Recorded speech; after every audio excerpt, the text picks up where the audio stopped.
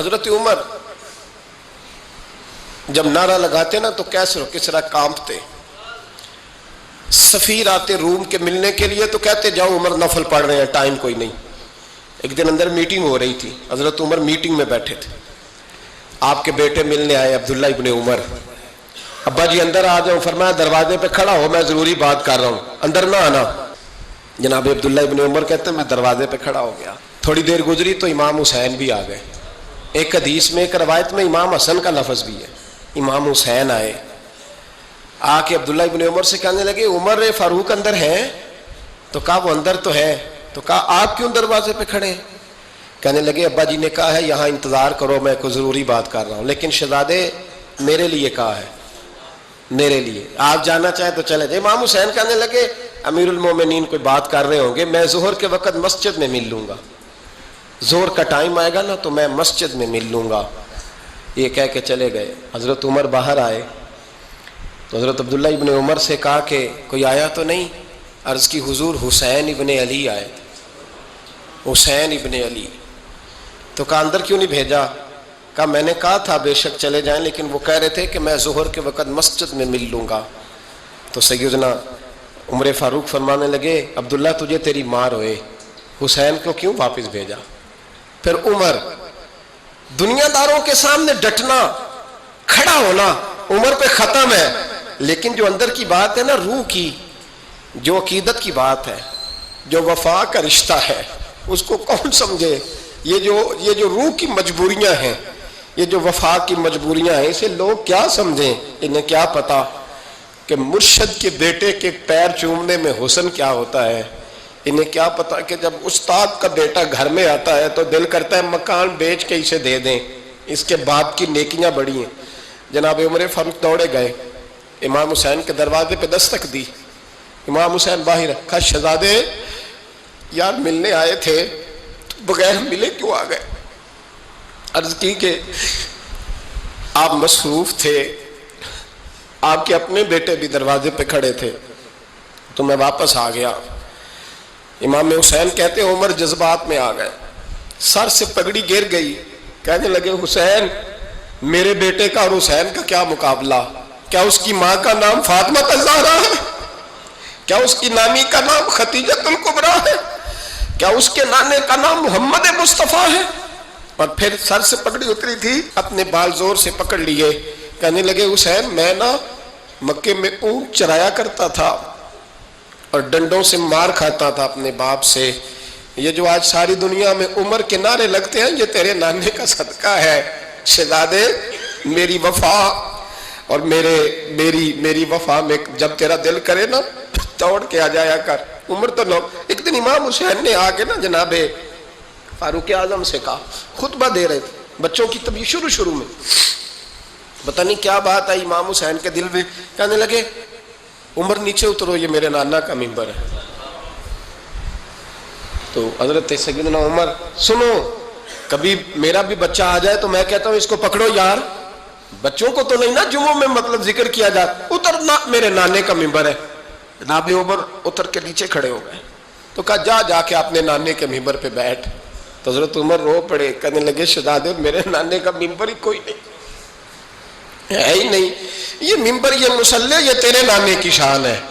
میرے نانے کا کوئی ممبر نہیں، تیرے ہی نانے کا ممبر ہے. تھوڑی دیر کھڑے رہے تو امام حسین کہنے لگے اچھا کوئی نہیں آپ کے نانے کا ممبر کا نہیں؟ کہا چلو پھر میرے نانے کے ممبر پہ بیٹھ جاؤ، چلو خیر ہے. کوئی نہیں آپ کے نانے کا؟ کہا نہیں. تو کہا کوئی نہیں پھر میرے نانے کے. جب حضرت عمر بیٹھے تو بڑا شاندار جملہ کہا. فرمانے لگے میں ممبر پر مرضی سے نہیں بیٹھا تھا، مجھے ابو بکر نے بٹھایا تھا، اور پھر حسین کے کہنے پہ میں اترا ہوں. اب مجھے حسین نے بٹھایا ہے، اب کسی کی جرت ہے تو عمر کو اتار کے دکھائے. اب میں حسین کا تیری نسل پاک میں. یار کتنی بے شرمی کی بات ہے، لوگ امام حسین کو باغی کہیں. وہ حضرت امام اعظم ایک باغ میں بیٹھے تھے، شاگرد ساتھ تھے، تو کتابیں بکھری ہوئی تھی، کچھ لکھا جا رہا تھا، بکھری ہوئی تھی کتابیں. امام محمد بھی بیٹھے تھے، امام ابو یوسف، کئی اور شاگرد بیٹھے تھے. تو جب لکھتے ہیں نا یہ لوگ تو حوالوں کی تلاش ہوتی ہے، کتابیں بکھری ہیں، صفحے بکھرے. بچے گیند کے ساتھ کھیل رہے تھے تو گیند اچانک باغ میں آئی تو ایک چھوٹا سا بچہ گیند لینے آیا تو امام اعظم اٹھ کے کھڑے ہو گئے. وہ بچہ گیند لے کے چلا گیا, کتابیں ساری پھر بکھر گئیں, جو گود میں رکھی ہوئی تھی وہ بھی نیچے گر گئیں, کچھ صفحے بھی گر گئے.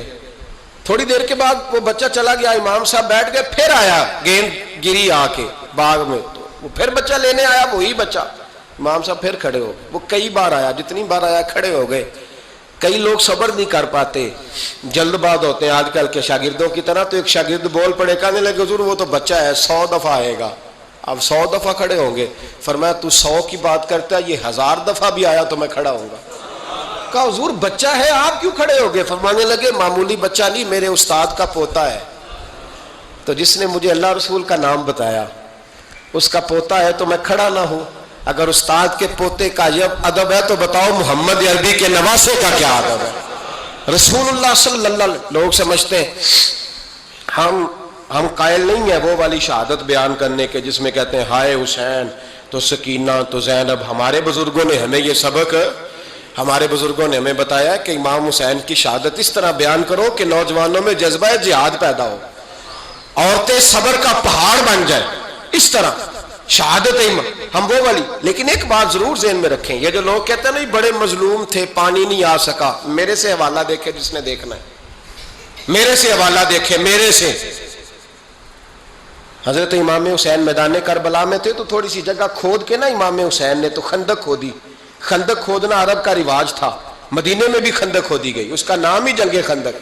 تو خندق کھود کے نا آگ جلائی جاتی تھی, یہ حفاظت کا ایک ذریعہ تھا تاکہ دشمن نہ آئے. تو امام حسین نے اپنے خیمے کے سامنے خندق کھود کے اس میں آگ جلائی تاکہ پردہ رہے, عورتوں کے پاس کوئی دشمن نہ آئے. تو ایک شخص سامنے کھڑا ہو کے کہنے لگا حسین تو نے دنیا میں ہی آگ جلا لی ہے. معاذ اللہ ثم معاذ اللہ. کہنے لگا آگے تو آگ ملے گی, یہاں جلا لی ہے. تو امام حسین کہنے لگے میں حکم دیتا ہوں آگ کو کہ تجھے ابھی پکڑ لے. لوگ کہتے ہیں مظلوم تھے, میں حکم دیتا ہوں آگ کو تجھے ابھی پکڑ لے. یہ لفظ امام حسین نے کہے. میں 3 کتابیں تو میری لائبریری میں ابھی ہیں جن میں حوالہ ہے, 3 کتب سے, اور آج کل پرسوں کی کتاب نہیں, سینکڑوں سال پرانی. جب کہا نا میں حکم دیتا ہوں تو وہ آدمی گھوڑے سے نیچے گرا, گھوڑے سے نیچے گرا, اور گھوڑے کی رکاب کے اندر اس کا پیر الجھا. گھوڑا ڈر کے اتنا دوڑا کہ جا کے اس آدمی کو آگ میں پھینک دیا. امام حسین کے سامنے جل کے مر گیا. یہ حسین ابن علی ہے. یہ ابھی حکم دیتے تو فرشتے ابھی آ جاتے, یہ ابھی بات کرتے تو ساری دنیا کی فوجیں ابھی اکٹھی ہو جاتی, یہ ابھی حکم دیتے تو ابھی آ جاتے. اور سنو, اگر جناب اسماعیل کے لیے دمبا آ سکتا ہے تو وہ تو حضرت ابراہیم کے بیٹے تھے, اور یہ تو مصطفیٰ کی اولاد ہے, ان کے لیے کیا کچھ نہیں ہو سکتا. لیکن امام حسین نے پسند کیا تھا کربلا کے جہاد کو, اس کو پسند کیا تھا مولا علی نے, وہ اپنی پسند پہ تھے. کوئی آدمی اس طرح نہ بیان کرے کہ بڑے مظلوم تھے تو بڑی مشکل میں تھے تو بڑا روتے تھے بڑے, اور کوئی شخص ایسی بات. یہاں تو تماشا لگ گیا ہے, تماشا لگ گیا ہے. ایک وہ ہے جو آج کل کہہ رہے ہیں بس جی وہ تو 2 شہزادوں کی جنگ تھی, انہیں بھی شرم نہیں آتی, اور ایک ممبروں پہ چڑھے ہوئے ہیں, چہرے پہ داڑھی کوئی نہیں, سر پہ ٹوپی کوئی نہیں, بازاری سا انداز ہے, کبھی دوڑ کے ادھر جاتے ہیں, کبھی بھاگتے ہیں, کبھی کہتے ہیں اونچا بولنا, پیروں پہ کھڑا ہونا, یہ لوگ بیان کریں گے امام حسین کی بات, یہ لوگ بیان کریں. بیبیوں کے مصائب پڑھ رہا ہوں, وہ اور بیبیاں ہوتی ہیں جو ہائے ہائے کرتی ہیں, واہ ویلا کرتی ہیں. یہ میرے نبی کا خاندان ہے, یہ میرے نبی کا خاندان ہے, نبی کا خاندان. میں حوالہ دکھاؤں گا, مجھ سے سنو حوالہ. حضرت سیدہ زینب نے سارے جنازے دیکھے, بھتیجوں کو, بھانجوں کو, سب کو شہید ہوتے دیکھا. عورتیں ڈرتی میت کو ہاتھ نہیں لگاتی, چیختی ہیں بیبیاں. لیکن حضرت جناب زینب نے پتہ کیا دیکھا تھا, وہ سننا ذرا.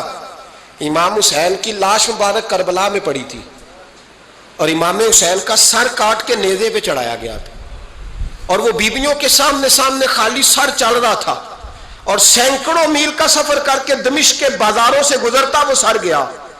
آج میں سر کی بات نہیں کرتا, سر کی.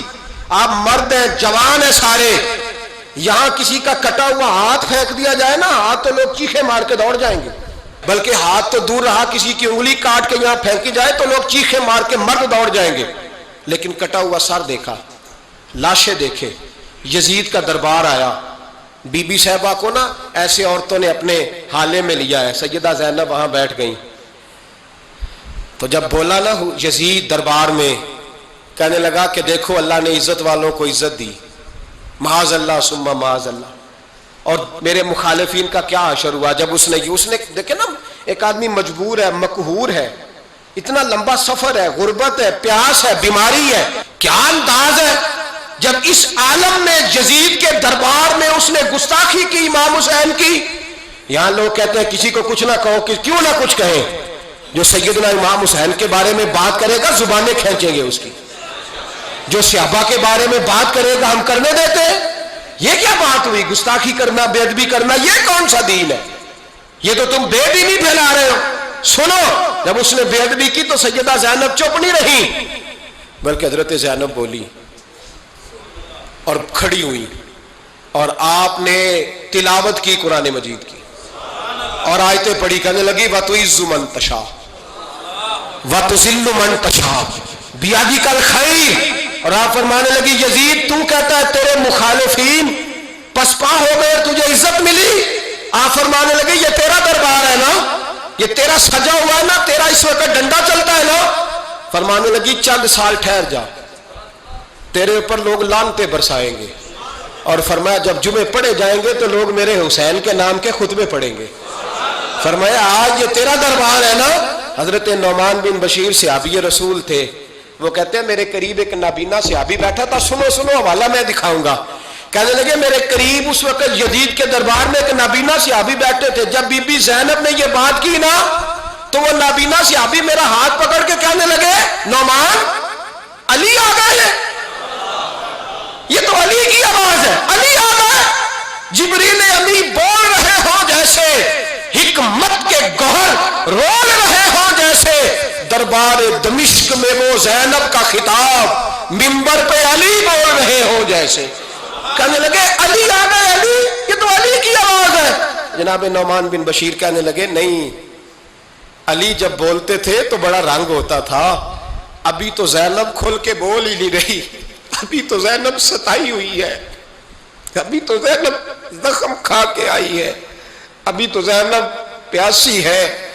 کاش زینب تر و تازہ ہوتی تو زینب خطبہ پڑھتی تو علی کی طرح گرجدار آواز نکلتی، یزید کے محل کانپتے، جبریل امی بول رہے ہوں جیسے، حکمت کے گوہر رول رہے ہوں جیسے، دربار دمشق میں بی بی زینب کا خطاب منبر پہ علی بول رہے ہوں جیسے۔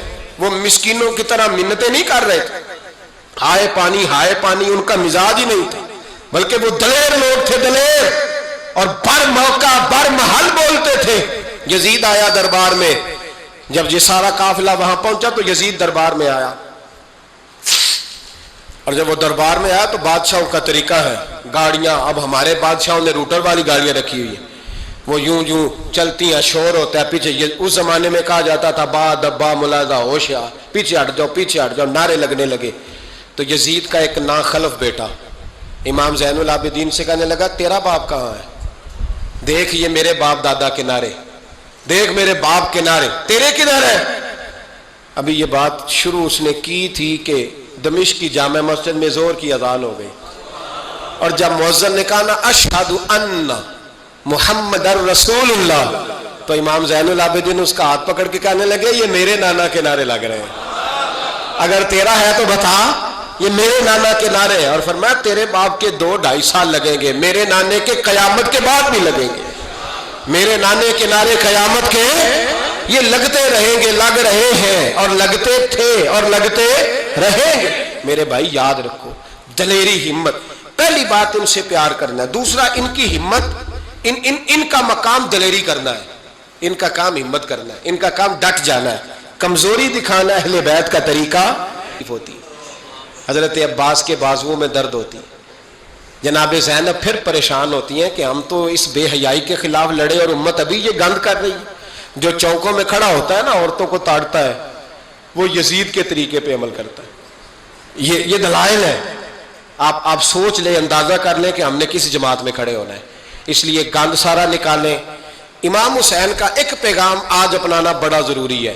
امام حسین نے سر سجدے میں کٹایا، اور قرآن کی تلاوت نیزے کی نوک پہ بھی جاری رہی ہے. اس لیے آج کم از کم 10 نفل امام حسین کی سنت سمجھ کے ضرور پڑھیں گے انشاءاللہ. جنہوں نے روزہ رکھا ہے بڑا اچھا کیا ہے, چلو جو نہیں رکھ سکے پھر بھی نفلی ہے, کوئی فرض نہیں. کم از کم 3 دفعہ سورت یاسین کی تلاوت آج ضروری ہے امام حسین کے لیے. کریں گے انشاءاللہ تعالی. اگر وہ نیزے کی نوک پہ پڑھ سکتے ہیں تو آپ ان کی خاطر بھی تو پڑھ ہی سکتے ہیں نا. تو بہت ضروری کام آج نفل پڑھنا ہے, اور بہت ضروری کام آج قرآن پاک کی تلاوت کرنا. کریں گے انشاءاللہ تعالی.